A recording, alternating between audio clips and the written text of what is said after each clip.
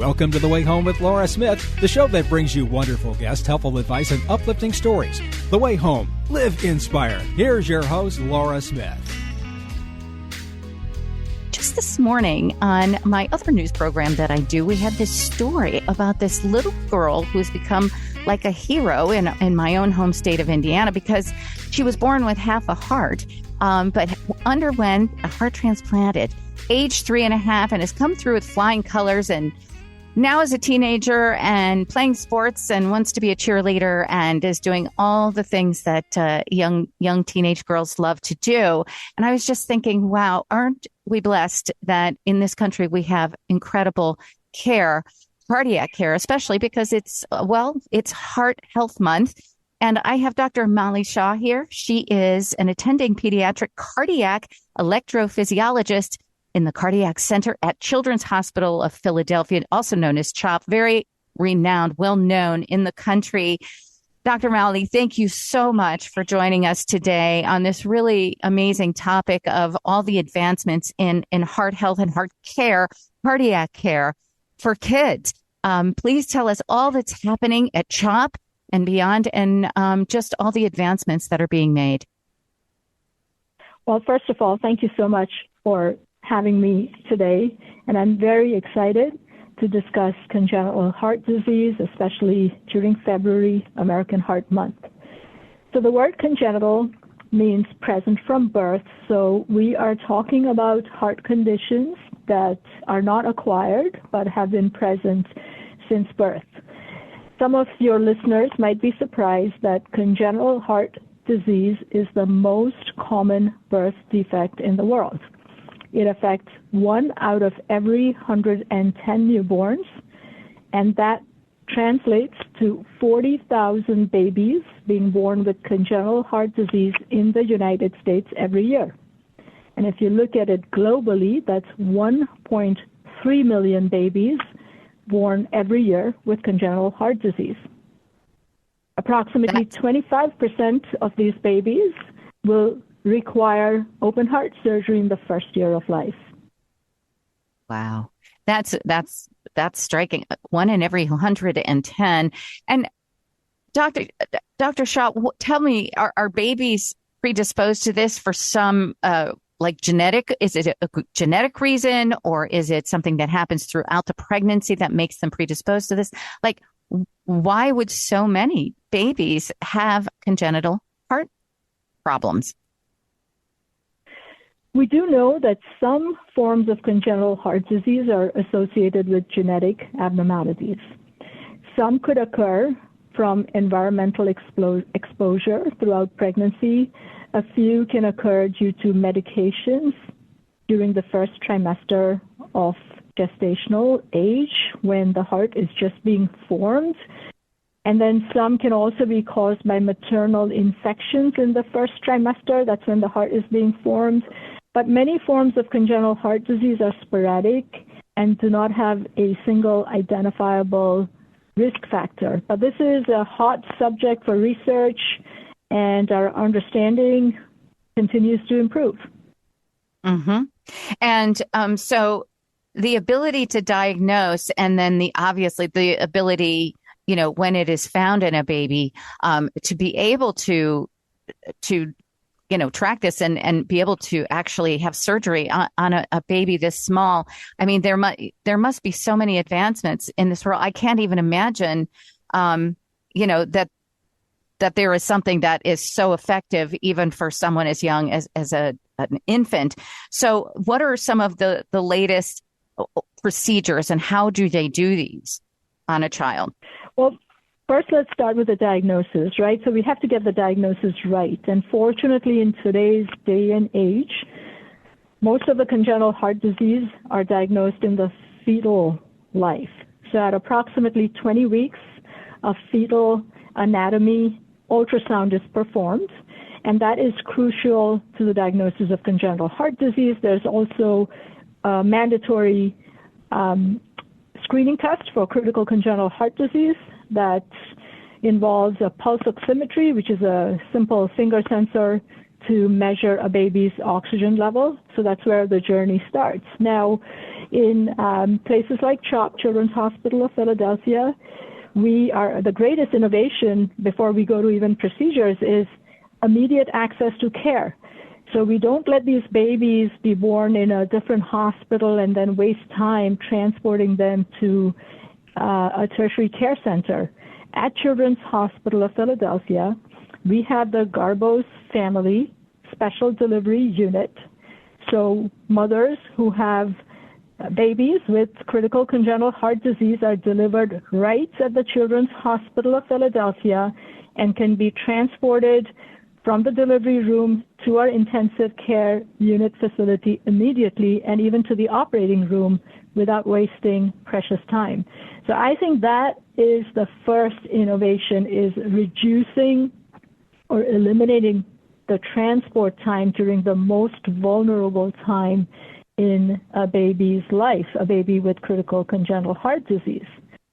There are also remarkable advances in imaging at the Children's Hospital of Philadelphia, which include 3D modeling of the patient's individual heart anatomy. And this enables a customized approach to repairing that child's heart defect.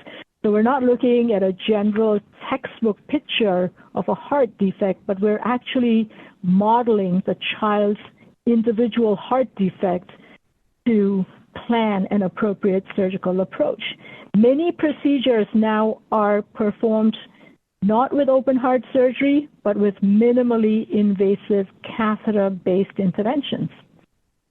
There are children born with heart rhythm abnormalities, and there are procedures that can even cure these heart rhythm abnormalities using minimally invasive techniques.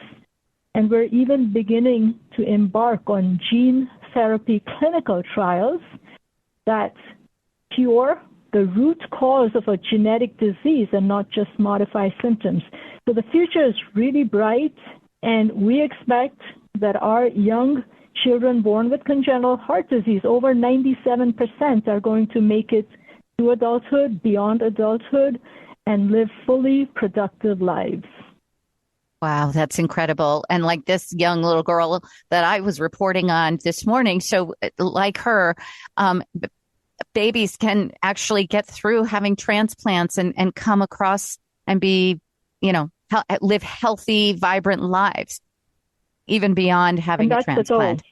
That's the goal. And that's the goal. That's the goal. Not just survival, but also quality of life. Oh, that's amazing. And it gives you so much hope to think and know that you're available there. So anyone in the country, say they are already experiencing and they get a diagnosis from their own personal doctor, can people come from around the country to Children's Hospital of Philadelphia? Absolutely. And we get patients not just from around the country, but from around the world. Oh, my God. Well, I've always heard about it. A dear friend of mine, he was a doctor there at the Children's Hospital, and it's been renowned for many, many, many, many years. And it's just a blessing that we have this level of care in this country. So we're so grateful. Where can people find out, more information on all the cardiac care that goes on, pediatric cardiac care at CHOP, and just any general information whatsoever? An excellent website is chop.edu/heart. That's Children's Hospital of Philadelphia. I think this is a great place to start. That's a wonderful place to start. Dr. Malli Shah, thank you for all the amazing work that you and the hospital does in Philadelphia for these children and beyond. Really appreciate it. Thank you very much. You're listening to The Way Home with Laura Smith. Once again, here's Laura. Well, this weekend itself, I actually had the opportunity to walk my mom through buying a new home. And wow, what a process that was. Everything from, choosing a contractor for renovations to, learning about the title company process and making sure we had insurance, the whole kit and caboodle. But, I've been hearing about something else that's available to homeowners, and I thought I'd like to know more about it. With me today is Ray Tong. He is the Vice President of Home Warranty at American Home Shield. Ray, thanks for joining us. Hi, Laura. Thanks for having me. Yes, so this is something that I had kind of heard about before, but wasn't really sure what it was. I mean, you talk about getting warranties when you buy new products and appliances and stuff like that, but I never really understood what it meant when you could have a home warranty. So I would love to hear all about it. Where do we even start? Well, why don't we start with who should consider a home warranty? Because I think the experience that you shared with your mom recently buying a house is a really good way to understand that. Homeowners, whether you're just buying a home or whether you've been living in your home for a while now, all of those segments are great for considering a home warranty.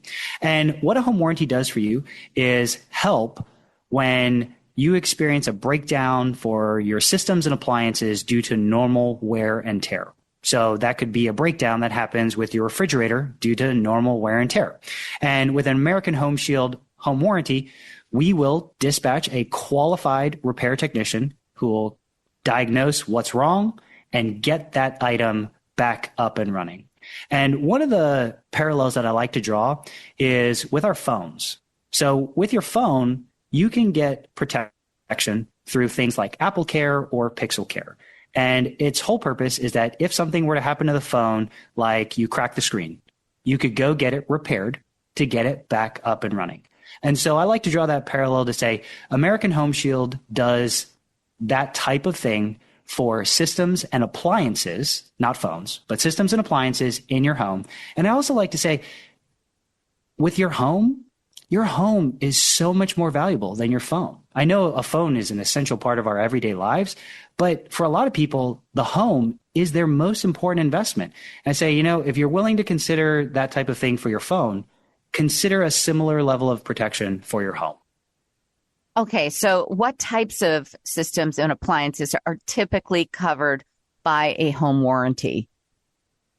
At American Home Shield, we cover what is most important to homeowners. With systems, we're talking about heating, cooling, plumbing, and electrical. And appliances, we're talking about the major appliances, your washer and dryer, your refrigerator, your dishwasher, as well as built-in appliances like a built-in microwave, your oven, your cooktop, just to name a few. Okay, so this is interesting. And yeah, because my mom just also had to get all her garage doors re-mechanized and stuff like that. So would they be able to help with something like that? So garage door openers are something that we cover as well. Yes. Okay, good. So now some of this can be done apparently through video chat with an expert. Now I'm trying to think of myself being on with an expert, and I'm thinking, even if I've got someone telling me what plug to pull and what to do, I don't feel super confident being able to fix anything, even with an expert guiding me. How does that work? So video chat with an expert is an innovation that we are very proud of because we think about how this innovation played out in medicine. So there was a time where if we wanted to go see a medical professional, we had no choice but to schedule an in-person visit, and that's just how it was. And then medicine innovated to develop telemedicine. So for people who would like to talk to a medical professional virtually, that's now available. And that's what we've done at American Home Shield in our category of home services. So I hear what you're saying, Laura, that some people, they say, well, I'm not really that DIY, but I still encourage people to use the video chat with an expert feature at American Home Shield, because in a lot of cases, you might be surprised. And I'll tell you about my own personal experience. I was having an issue with my refrigerator, and I was just having this perpetual frost buildup. I couldn't get rid of it. And I said, you know what? I'd really just like to talk to a virtual expert, because maybe there's something simple. Maybe there's something that I'm missing, because, as long as I've lived in my house, there's still lots of things about my house that I don't know. So I got in touch with a virtual expert, and our virtual experts, they have on average nearly 20 years of experience in their field. So I knew that I was going to talk to somebody, right, who really knew their stuff. So I was able to show them the issue because that's the magic of what we can do with our phones these days. And he took me through this guided experience, right? Let's look at this. Let's look at that.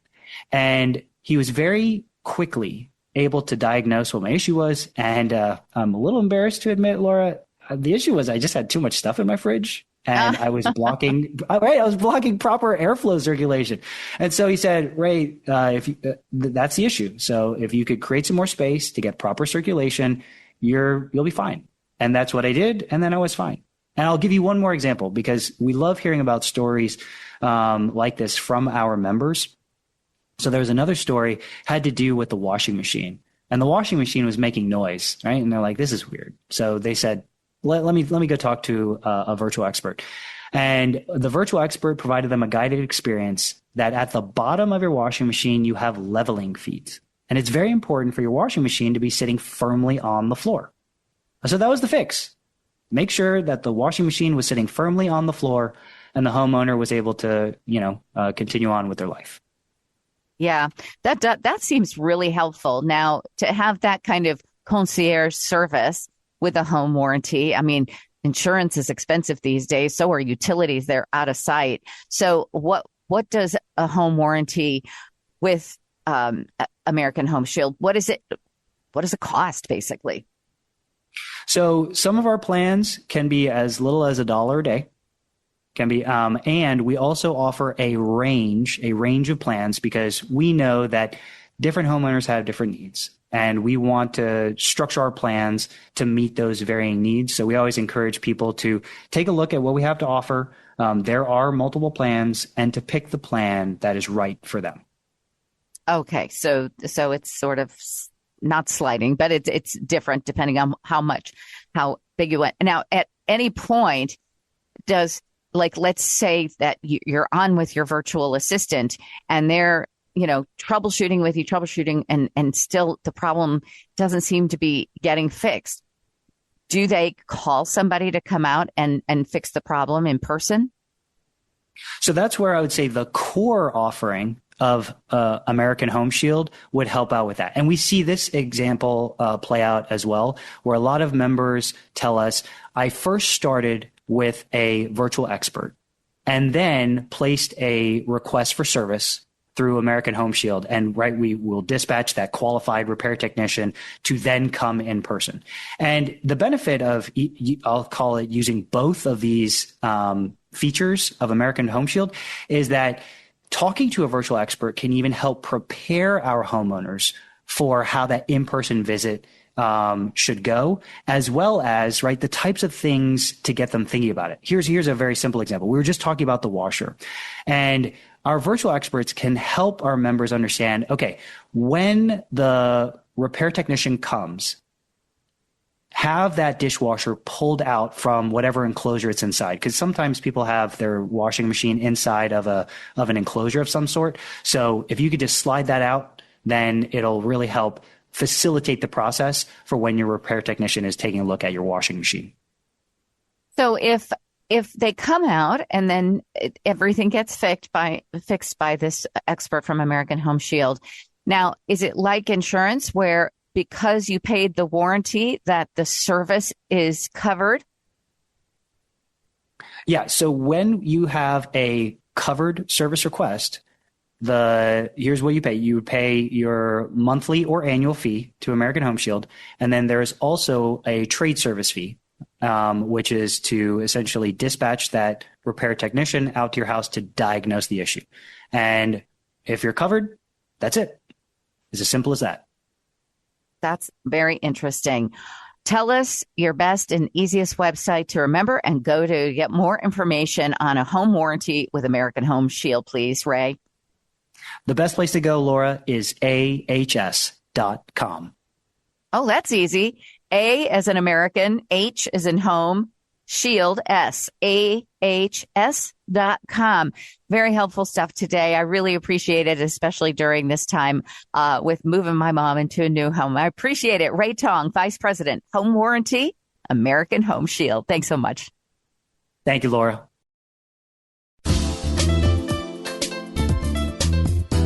You're listening to The Way Home with Laura Smith. Once again, here's Laura.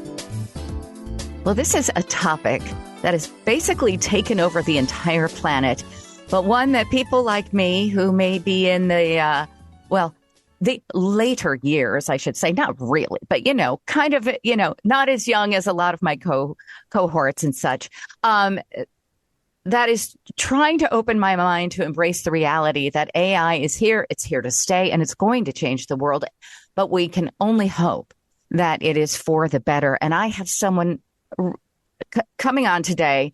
I've been so excited about this because I just think it's a fascinating topic. Brianne Shah, she's a director at a company called Gloo, and that is spelled Gloo, where she plays a key role in advancing the company's works and on values-aligned AI. So in other words, this is a company that is focused on AI, is devoted to it, and helping people and ministries and church organizations, nonprofits, companies that have high values and want to use AI and see it going towards good in the world. I want to know how we can do that and how we can get on board. Brianne, thank you so much for joining us today on the way home. Hi, Laura. It's great to be with you. Thanks for having me. Excited to talk about all the great things happening in AI. Yeah, seriously, because, we're mostly focused on what we hear that is really quite alarming, a little bit scary or a lot scary about some of the things that AI can do for us, but hopefully not take over and then become a bigger force than we know how to deal with. So as a value-based company, you're talking about using AI for even things such as faith, churches, nonprofits. Tell us how you see AI, please, right now in the world, and also how we can implement it in our lives so that it's a force for good and positivity. Yeah, those are great questions. At Gloo, we're the leading platform, technology platform for the faith and flourishing ecosystem. And we've really been on a mission to shape technology for good. We just released, it's called the Flourishing AI Benchmark. So FAI is what we call it. And essentially it measures all the large language models against the 7 dimensions of human flourishing. So things like happiness, meaning, faith, relationships, finance. And what we did was we asked a series of questions against each of these dimensions, and then it grades it. How well does it do? Does it get an A, a B, a C, D, all the way down to an F? And overall, nearly all the large language models scored between a C and a D. In areas of meaning and faith, they scored a D and an F. So that, what that means on a practical day-to-day basis, if you're interacting with an AI tool such as a ChatGPT or a Gemini or a Claude or any of these, and you ask it questions about meaning and faith, more than likely you will get an answer that is not true. And so these are things that we really, we hypothesized, then we built the standards and benchmarks in partnership with other organizations.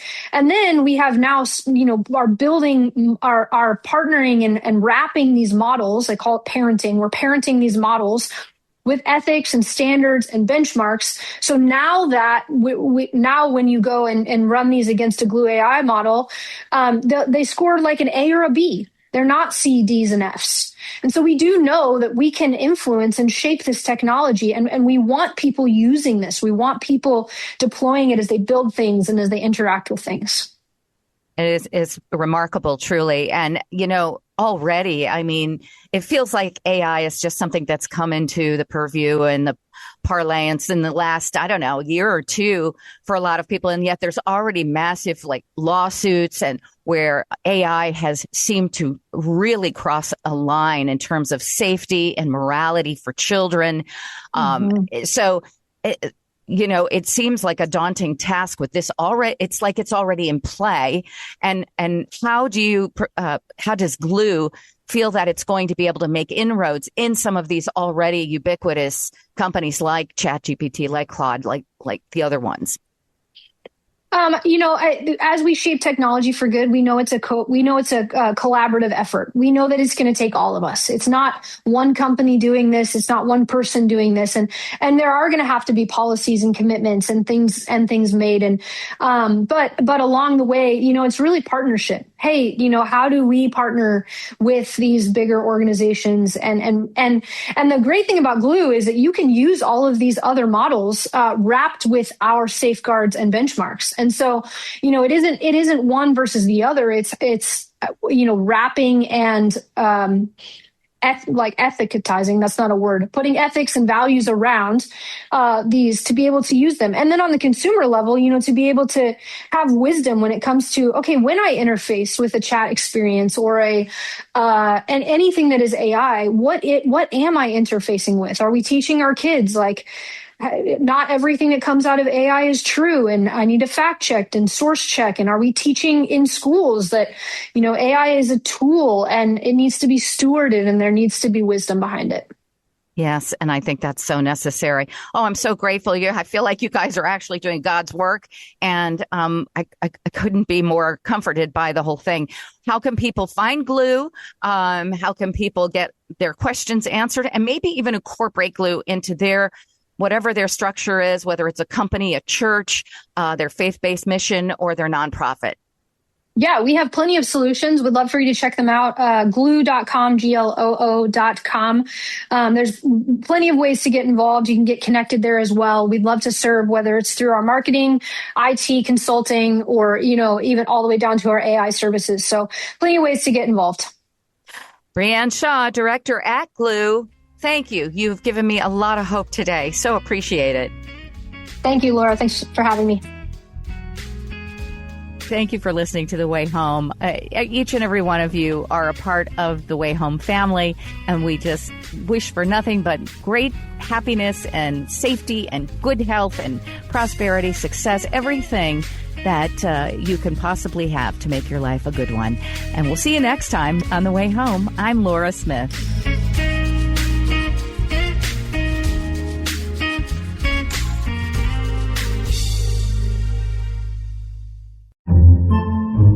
Podcasts by Federated Media.